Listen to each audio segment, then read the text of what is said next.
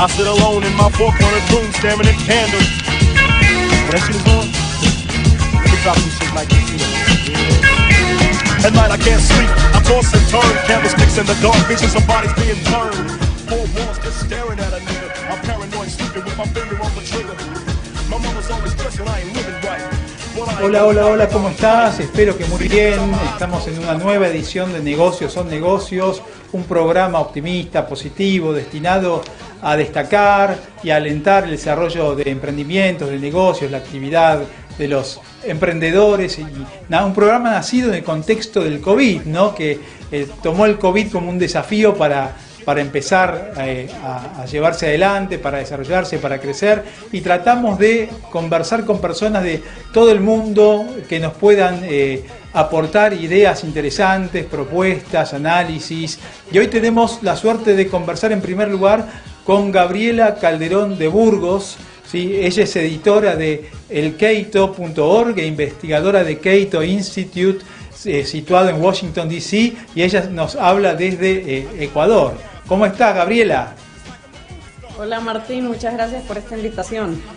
Muchas gracias por esta posibilidad de conversar con vos y de charlar sobre un tema tan importante. Quiero comenzar diciéndote que en Argentina tenemos una inflación anual superior al 50%, ¿no? Por eso el tema inflacionario y el caso de Ecuador nos parece tan interesante como una alternativa para ver la posibilidad de restringir, ¿no?, el nivel de inflación que va llenando de pobreza a la Argentina.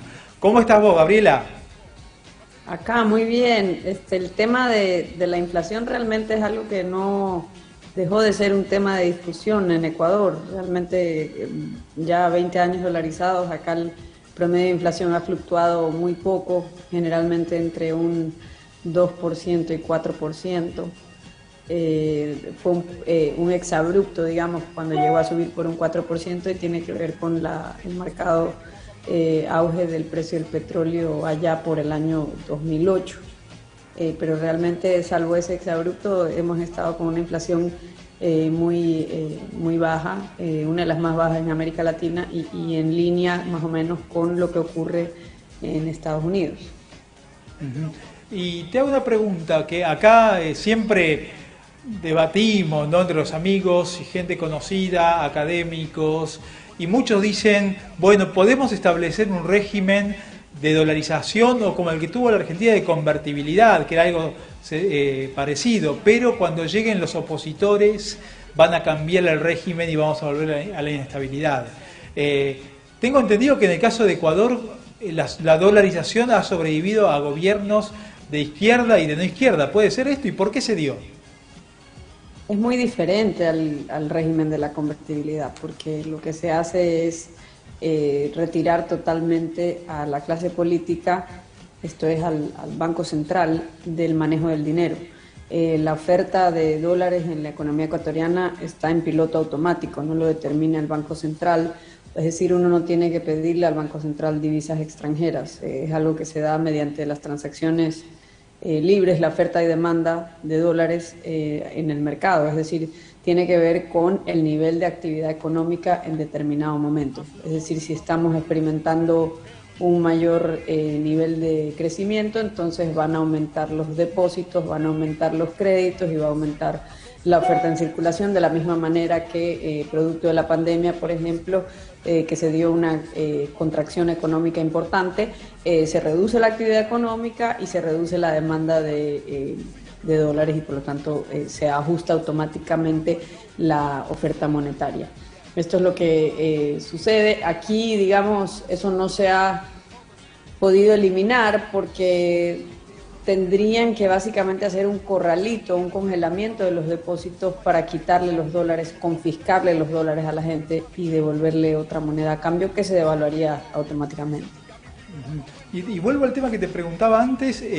Ecuador ha tenido gobiernos de centro izquierda o de izquierda en estos últimos décadas, ¿no? Y han respetado la dolarización o han querido sacarla, no se animaron. ¿Por qué no no lo removieron, Bueno, digamos, del sistema. es interesante porque Rafael Correa, él obtuvo su doctorado en la Universidad de Illinois en Urbana-Champaign, donde su tesis doctoral es en 3 partes, y una de las 3 partes es dedicada a un proyecto para desdolarizar el Ecuador.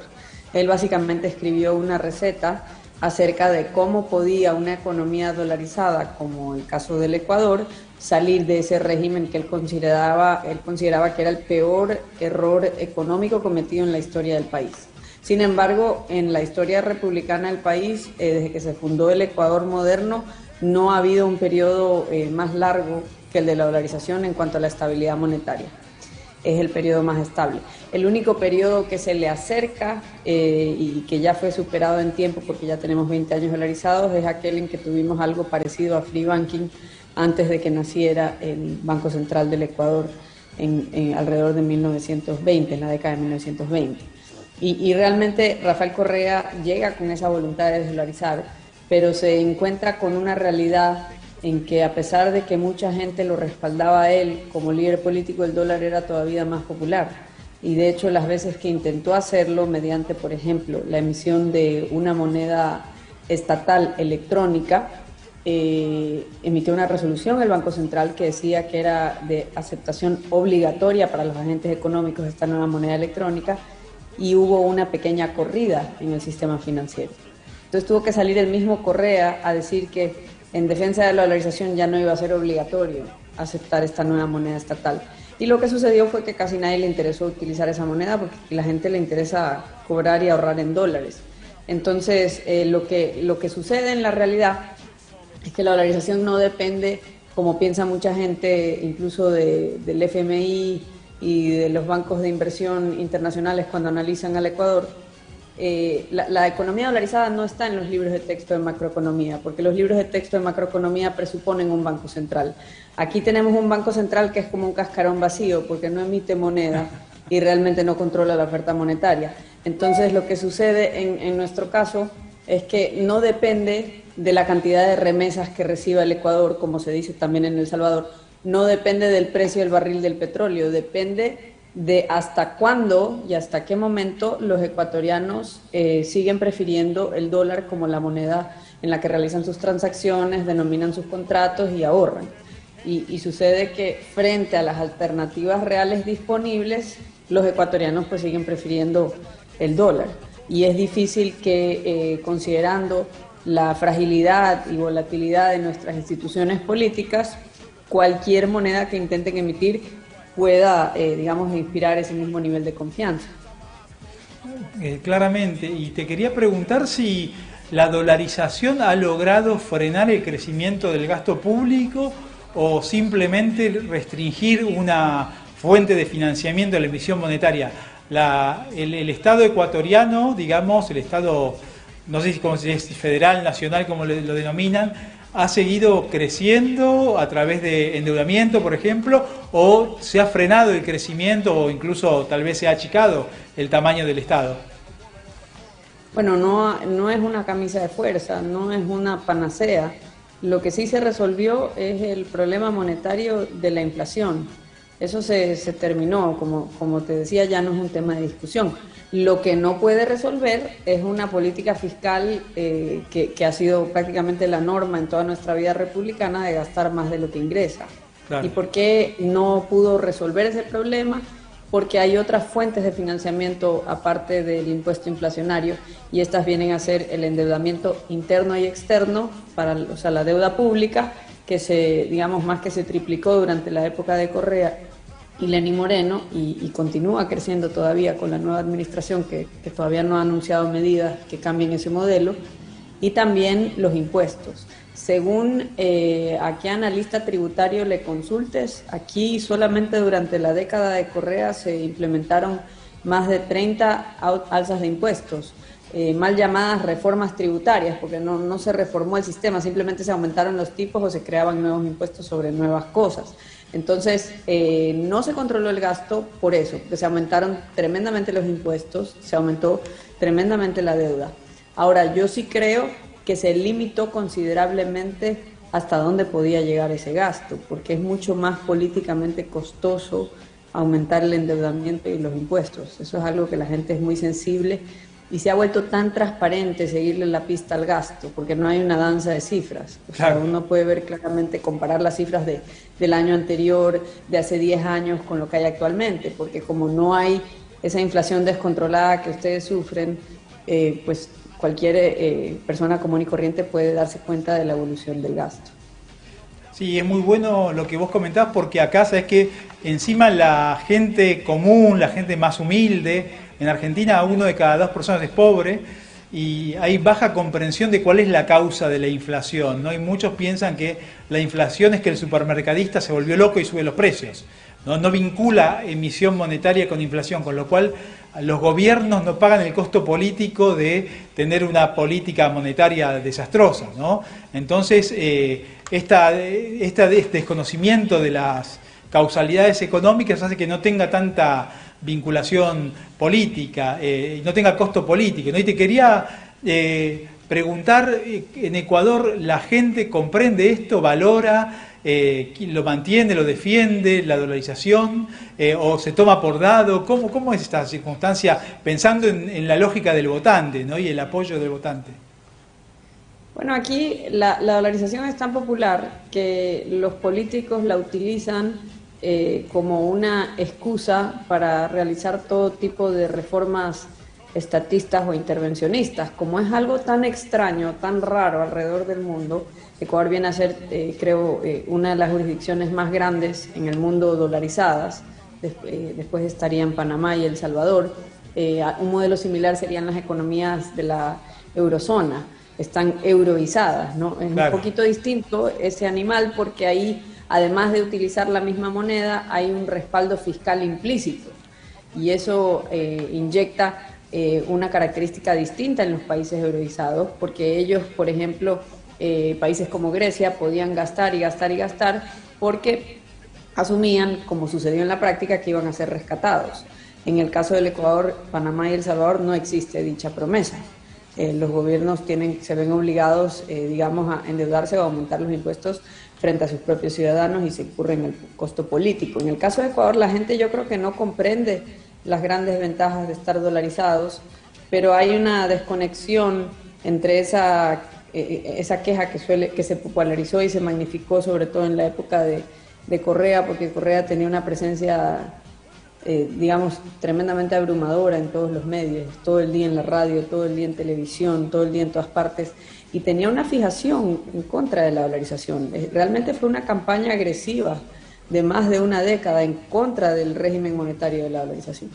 Aún así, cuando se hacían sondeos y encuestas a la gente decía que sí le parecía mal estar dolarizados, pero luego les preguntaban que si querían, en qué moneda querían recibir su sueldo, y siempre contestaban que en dólares. Entonces es como una desconexión entre no entender, digamos, la teoría de cómo funciona el sistema, pero al final del día la preferencia revelada es lo que determina la permanencia, la vigencia de la política de la dolarización.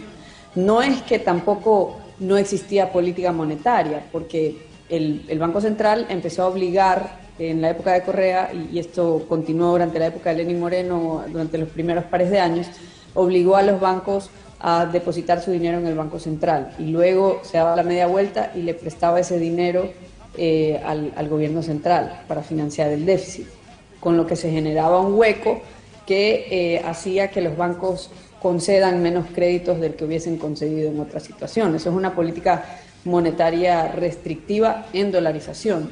Pero eso no es un problema de la dolarización, eso es un problema de alguien que realmente tenía la vocación de destruir el sistema, de salir del sistema y volver a tener una moneda propia, que quería tener esa herramienta para poder financiar de manera indefinida los gastos del gobierno central, levantando el teléfono, llamando a un funcionario puesto por el mismo presidente en la cabeza del Banco Central.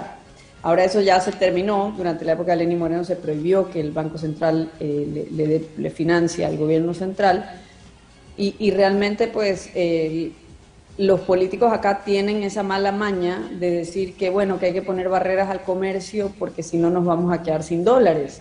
A esta teoría de que si los ecuatorianos importan muchas cosas, un día nos vamos a levantar, esta pesadilla que nos vamos a levantar y nadie va a tener dólares, se van a haber esfumado. Pero realmente esto es porque vivimos en un mundo de banca central, ¿no? Para la gente es normal que los países tengan un himno nacional, un escudo y una moneda nacional, pero realmente es un fenómeno reciente en la historia de las naciones-estado. De hecho, antes de la década de 1920 prácticamente no existía. Estados Unidos tuvo un malsano liderazgo, mandando una misión de Edwin Kemmerer alrededor de América Latina, donde se fueron instalando bancos centrales alrededor de la región, porque era la moda, se pensaba que eso era lo que se tenía que hacer para ser un país desarrollado, pero realmente lo que había antes de eso era, digamos, un patrón oro clásico, y lo que se daba en el patrón oro clásico era un ajuste automático. La dolarización viene a ser realmente lo más cercano a un patrón oro clásico en el mundo moderno.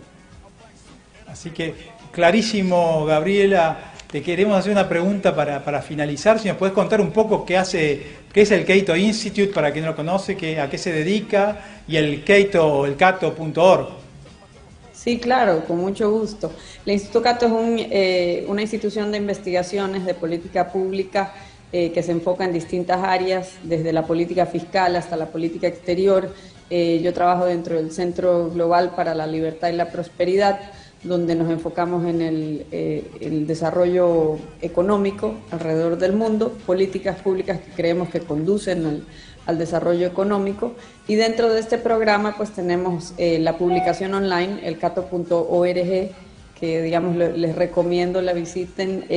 Tenemos actualizaciones frecuentes con análisis, artículos de opinión, estudios, recomendaciones de libros acerca de todos los temas relacionados con aquellas políticas que conducen hacia sociedades más libres y prósperas.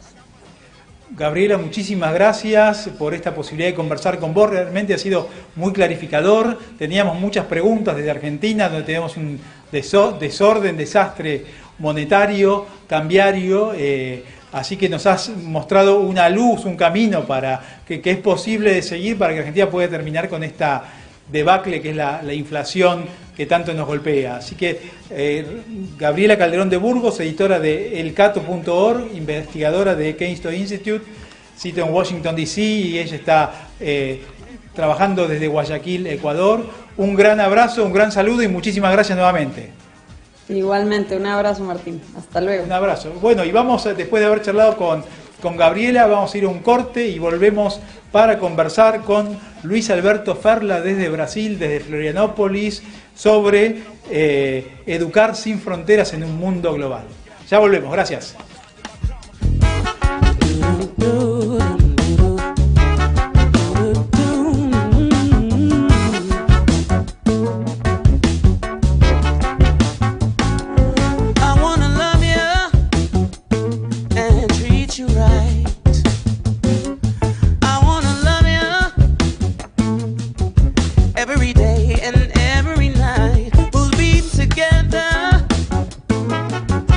With the roof right over our heads, we share the shelter of my single bed. We'll be together, but God provides the bread. Is this love, is this love, is this love, is this love that I'm feeling? Is this love, is this love, is this love, is this love that I'm feeling? Oh Lord,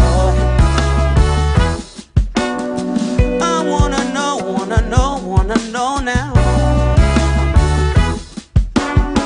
I got to know now. I'm willing and able. Said I know my card. Bueno, estamos de vuelta en Negocios son Negocios y ahora vamos a hablar desde Brasil con Luis Alberto Ferla, un gran amigo, sobre educar sin fronteras en un mundo global. Luis Alberto se encuentra na Ilha da Magia, Floripa, un lugar maravilloso para ir, para vivir, para veranear, donde amamos ir los argentinos y siempre somos recibidos con la increíble cordialidad de los brasileños y las playas inigualables y la mejor caipirinha do Brasil, a melhor caipirinha do Brasil. ¿Cómo está, Luis Alberto? Tanto tiempo. Hola Martín, qué bueno verte, ¿eh? Hace mucho tiempo, pero acá estamos nuevamente. Es un placer estar contigo y con su programa para hablarnos un poco sobre la educación sin fronteras, la educación sin distancia y cada vez más el tema del momento y del mundo de la educación. Muchísimas gracias, Luis Alberto, por esta posibilidad de hablar con vos. Y me acuerdo cuando vos me corregirás, ¿no? Pero pienso que hablábamos hace 15, 20 años de tu empresa que nacía y que comentabas, siempre recuerdo lo de educación sin distancia, ¿no? Que yo decía, ¿y esto qué será? No sabía muy bien lo que era, y veo que un par de décadas después el negocio sigue prosperando, anda muy bien, y vos tenías razón, ¿no? Y hoy la educación sin distancia, sin fronteras, está en auge en el planeta, y ni hablar lo que ha sucedido a partir de la pandemia del COVID, que ha permitido que todo siga funcionando en materia de educación universitaria, no universitaria, a nivel empresario, gracias a tecnología preexistente, ¿no? Claro, Martín, exactamente. Nosotros estamos trabajando con la educación a distancia hace 25 años. La verdad, nosotros comenzamos eso cuando una persona, un americano, hablaba que quería poner una computadora personal en la casa de cada persona.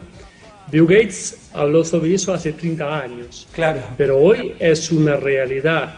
Y también, por otro lado, nosotros en los países latinoamericanos siempre hablamos que lo futuro de nuestras naciones pasan por tener una buena educación.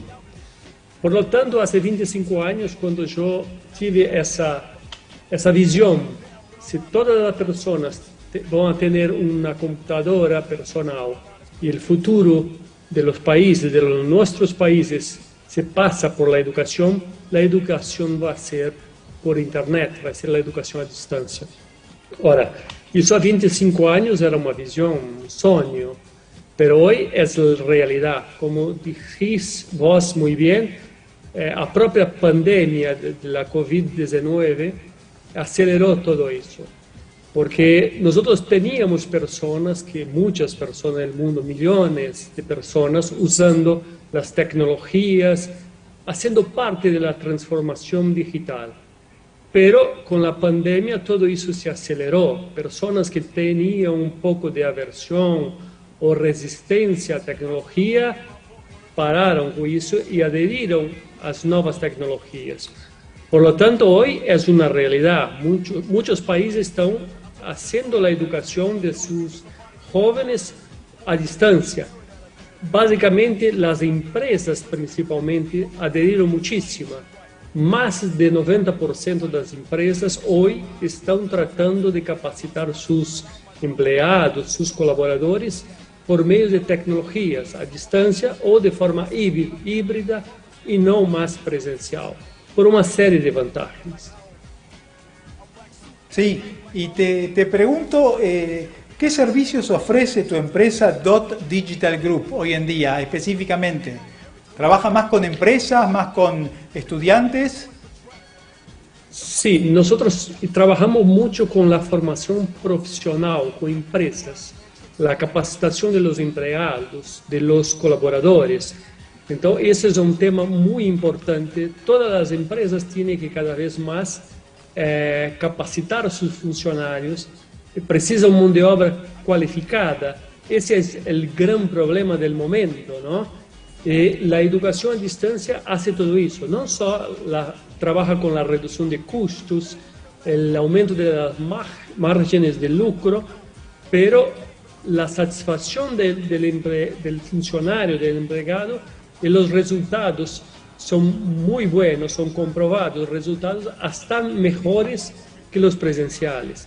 Por lo tanto, nosotros transportamos las clases que son presenciales para distancia, Internet, agregamos una serie de tecnologías, sea programas e-learning, videoaulas, realidad virtual, realidad aumentada, inteligencia artificial, podcasts, vídeos, todo eso con tecnologías para hacer con que la punta, la persona, el usuario, el empleado o el alumno tenga mejor aprendizaje, porque eso es fundamental en los días de hoy.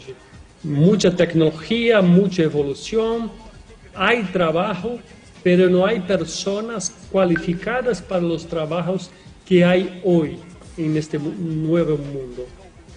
Sí, sabes que yo soy profesor en la universidad acá y cuando comenzó la pandemia, yo vivo en Buenos Aires y a Buenos Aires vienen muchos alumnos de toda la Argentina a estudiar. Y con la pandemia los alumnos volvieron a su lugar de origen, a su estado, a su ciudad, están cerca de su familia, gastan menos dinero de alquiler y pueden estudiar desde su casa y pueden trabajar y estudiar a la vez, ¿no? Sin tener que vivir este desarraigo, con lo cual lo que está pasando es que muchas universidades, como vos mencionaste antes, están pensando ya para el año que viene en sistemas híbridos que vos mencionaste, ¿no? Sistemas combinados de educación a través de e-learning a distancia y educación presencial o exámenes presencial. ¿Esto vos lo ves que se está dando de una misma forma similar en el Brasil? Sí, sí, Martín. Aquí ocurre lo mismo. Yo creo que no solo en nuestros países, pero en el mundo todo. Ahora esta es la nueva forma normal de se trabajar, de se estudiar, utilizando muchas tecnologías y sobre todo en la educación, sea la educación corporativa, sea la educación de niños o sea la educación universitaria. Siempre hay espacio para todas esas tecnologías. Muchas veces las personas me preguntan si el futuro de la educación va a ser presencial o a distancia. Y lo respondo a ellos que ni uno ni otro. La educación va a ser de todas las formas. Nosotros vamos a tener educación presencial para los pibes, para las personas, los niños que necesitan más atendimiento personal o una atención más personal. Eso va a continuar siendo presencial para muchos. Va también a continuar para las personas que prefieren lo presencial por una cuestión de comodidad o quieren relacionarse con otras personas presencialmente. Va a continuar. Pero va a haber mucha educación híbrida, donde tú vas a tener parte de los contenidos por la internet para que se prepare antes de las clases para obtener más conocimiento y por veces va a hacer una clase presencial para poner en práctica, discutir o hacer la práctica o que aprendiste o que estudiaste. Y por fin, cada vez más, y eso es una tendencia sin vuelta, nosotros vamos a tener personas estudiando por internet, a distancia. Sean empleados, sean estudantes universitarios o de escuelas, cada vez más. ¿Por qué? Porque la educación a distancia, como bien dijiste vos, ella puede dar una cualidad tan buena o mejor que la presencial. Tú tenés la flexibilidad de hacer lo momento que puedas, cuando tengas tiempo, lo ritmo que quieras, más acelerado, más despacio, para retener el contenido. E eso son cosas muy importantes. Além de que la educación a distancia tú puedes tener escala, hacer para muchos, millares, millones, o você también puede tener un ganho, una ganancia económica mucho mejor, trabajando educación con calidad, pero con costos menores. Entonces, esa es una tendencia que hace mucho tiempo está viendo por el mundo, pero la pandemia aceleró todo eso y cada vez más vamos a seguir esa ruta. Y para terminar te quería preguntar, en un país tan grande como Brasil, que es prácticamente media América Latina, con tanta diferencia social, económica, el norte, el sur, ¿la educación a distancia también está al alcance de los más pobres? También está, Martín, porque mira, hoy cerca de 60% de las personas en el mundo, en nuestros países también, acessam Internet através de seus aparelhos smartphones, seus mobiles, ¿no? Sí. Y cuanto más baja las clases o la ganancia de las personas, más usan esos aparelhos móviles. Entonces, hoy en día, nosotros tenemos que hacer todo lo que hacemos, la información, la comunicación o educación, acontecer en todas esas plataformas, sean los computadores personales o para los celulares, los aparelhos móviles, ¿no? Y si hacemos eso, vamos a tener cada vez más personas. Entonces, hoy es accesible para todos. A tecnología ya da conta disso. Y estamos ahí entrando en los países a tener la tecnología 5G. Y eso va a ser una brutal revolución, haciendo que todas las personas que tengan, no interesa qué aparelho, qué aparato tecnológico, van a poder tener todo tipo de información, comunicación, educación o juego, lo que sea. Hoy la educación a distancia es para muchos y para todos. Hay personas de todo el tipo accesando, jóvenes, personas de más edad, personas que tienen buena tecnología, personas más pobres, todos están accesando. Y eso es una realidad. Así que, Luis Alberto, muchísimas gracias por esta posibilidad de conversar con vos. Muchas gracias, una gran alegría además poder verte por esta vía. Ya nos veremos por la Ilha da Magia. Espero que sea pronto para disfrutar de tu país, que es tan hermoso y que tanto extrañamos los argentinos, y que cuando tocamos una playa de allá no queremos volver más a las nuestras. Un fuerte abrazo, gracias. Gracias, Martín, un fuerte abrazo y sean todos bienvenidos. Nosotros queremos mucho a ustedes. Un abrazo, obrigado, gracias. Un abrazo fuerte. Chao.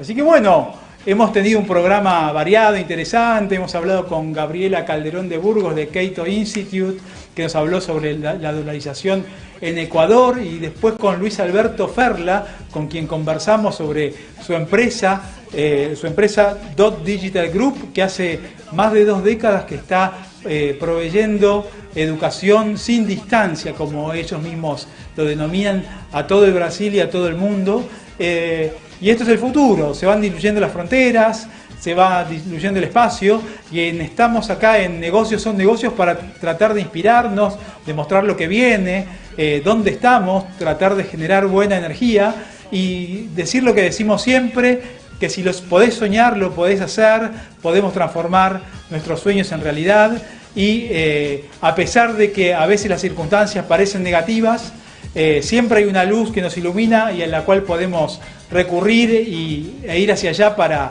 seguir adelante, crecer y transformar el desafío en una enorme oportunidad. Un fuerte abrazo para todos y muchas gracias. Nos vemos. Chau, chau.